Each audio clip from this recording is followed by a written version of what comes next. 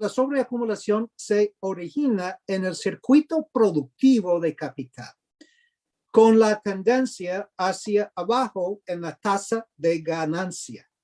Tenemos amplios datos que demuestran desde la Segunda Guerra Mundial hasta 2021, o sea, en los últimos 80 años, el declive secular de la tasa de ganancia, con ciertas altibajas, pero durante toda esta época ya viene para abajo. ¿Y a qué se debe esta baja en la tasa de ganancia?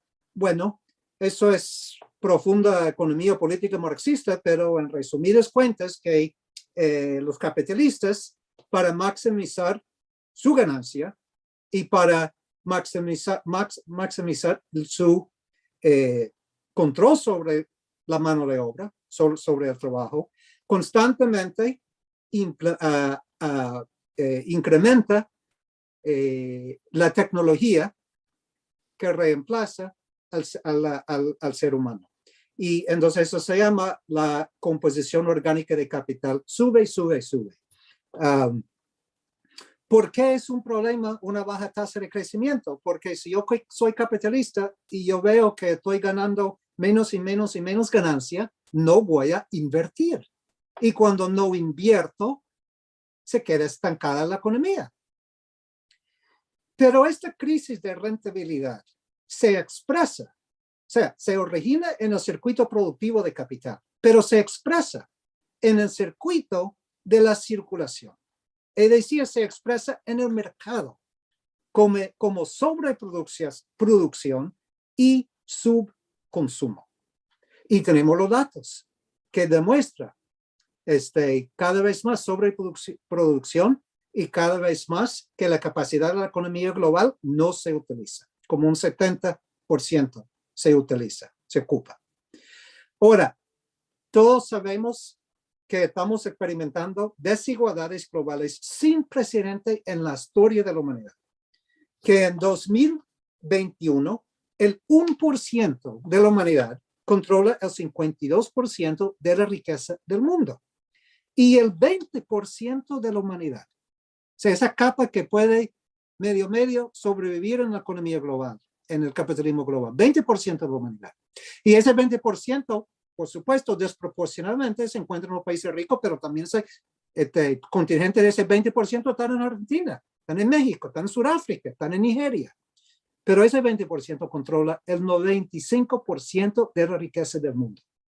Queriendo decir que el 80% de la humanidad, la masa de la humanidad, tiene apenas el 5% de la riqueza del mundo.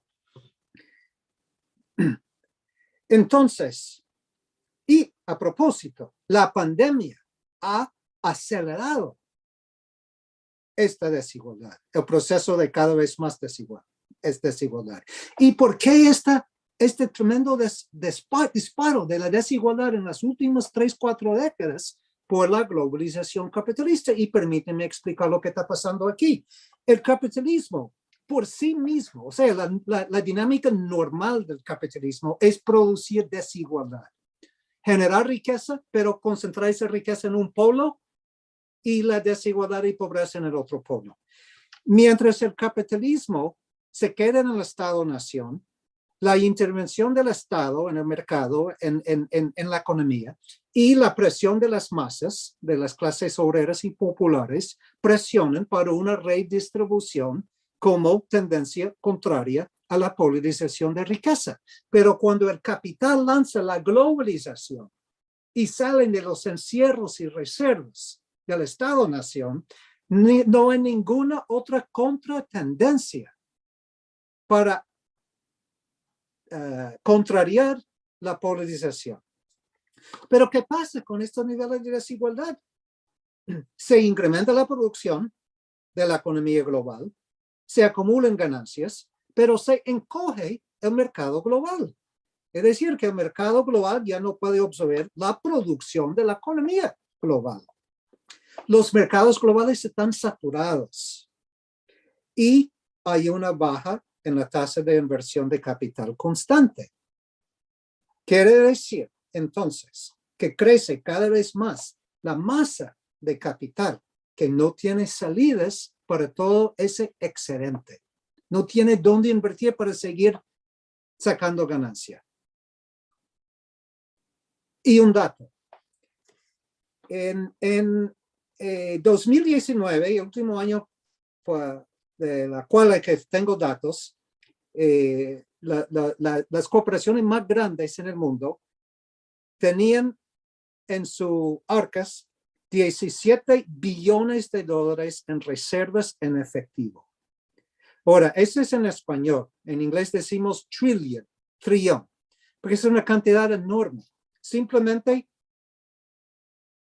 dinero ocioso, sin invertir. Y además, las grandes corporaciones tenían acceso a crédito abundante. Y entonces el gran desafío para la clase capitalista transnacional es dónde descargar estos excedentes, cómo seguir acumulando capital y sacando ganancia frente a este fenómeno, al estancamiento, a la baja tasa de ganancia. Y la clase capitalista transnacional en los últimos años han perseguido 4 mecanismos entrelazados para descargar ese excedente y hacer más ganancia. Y el primero, lo conocemos muy bien, es el endeudamiento. Es decir, el crecimiento impulsado por el endeudamiento. Y aquí estamos hablando de la deuda de los consumidores, de los estados y de las grandes corporaciones. Solo bonos estatales, el mercado de bonos estatales, y por supuesto aquí incluye Argentina, al mero centro argentino de este fenómeno. Solo los bonos de los estados, 200 y pico de estados en el mundo, ya ese mercado supera 100 billones de dólares. En la deuda corporativa ya rebasa 75 billones de dólares. Y la deuda de los consumidores en los 5 continentes ya han llegado a niveles récord.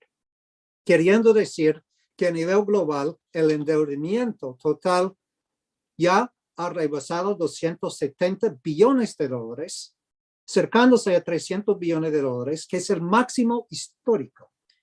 Y cualquier impago de la deuda aquí nos llevaría de inmediato a otro colapso financiero. Y a lo largo, ese crecimiento impulsado por la deuda no es viable, no puede seguir. Agrava la crisis más bien. El segundo mecanismo de la clase capitalista transnacional para seguir sus acumulaciones de capitales ha sido la especulación financiera. De tal manera que la economía global es un casino, un enorme casino global. Eso es lo que técnicamente hemos estado llamando la financiarización del capitalismo global. Y hay burbujas por donde quiera por esta especulación financiera. Burbujas en bienes raíces, en la bolsa de valores, en los commodities, en las criptomonedas y en las monedas, en los futuros, etcétera, etcétera, etcétera. De tal manera, con esta especulación financiera, crece cada vez más la brecha entre lo que llamamos la economía real y el capital ficticio. La economía real es la producción de bienes y servicios que los seres humanos necesitamos y queremos. Un televisor, medicina, un edificio para aulas universitarias, comida, ropa, etc. Esa es la economía real.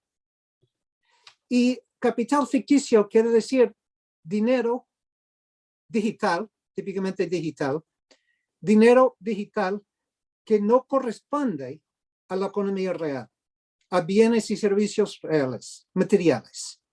Entonces, la economía global está valorizada en 75 billones de dólares, la economía global, anualmente, 75 billones de dólares. Mientras, el mercado de derivados, derivado es una especulación financiera, ya llega a 1 trillón de dólares. Trillón en español, que en inglés sería quadrillion, para que ustedes que hablan en inglés, quadrillion. En español, trillón. Entonces, ustedes pueden ver enorme brecha que no se puede cerrar entre la economía global y especulación financiera. Cualquier estallido de estas burbujas también nos llevaría a otro colapso financiero, como tuvimos en 2008. Tercer mecanismo que tiene la clase capitalista transnacional para seguir con su acumulación de capitales ha sido el pillaje de las finanzas públicas. Ustedes lo conocen muy bien en Argentina, pero por donde quiera. Las políticas impositivas, los subsidios al capital, los recortes sociales y la austeridad. Grecia es el modelo, pero bueno, va a haber muchos modelos alrededor del mundo. Y este pillaje de la finanza pública y la reestructuración del sector de finanza pública y presupuestaria está vinculado con el endeudamiento público que ya analizamos, endeudamiento de los estados, y además con el llamado dinero fiat, queriendo decir que los estados para salir de la crisis han tirado literalmente billones y billones de dólares a los bancos y los bancos lo utilizan para profundizar la especulación. Y con todo este proceso los estados tienen cada vez más deuda y para justificar el pago de esa deuda hay recortes sociales y hay reestructuración de finanza pública en todos los países. Es la tercera el tercer mecanismo. O el cuarto mecanismo, ya llega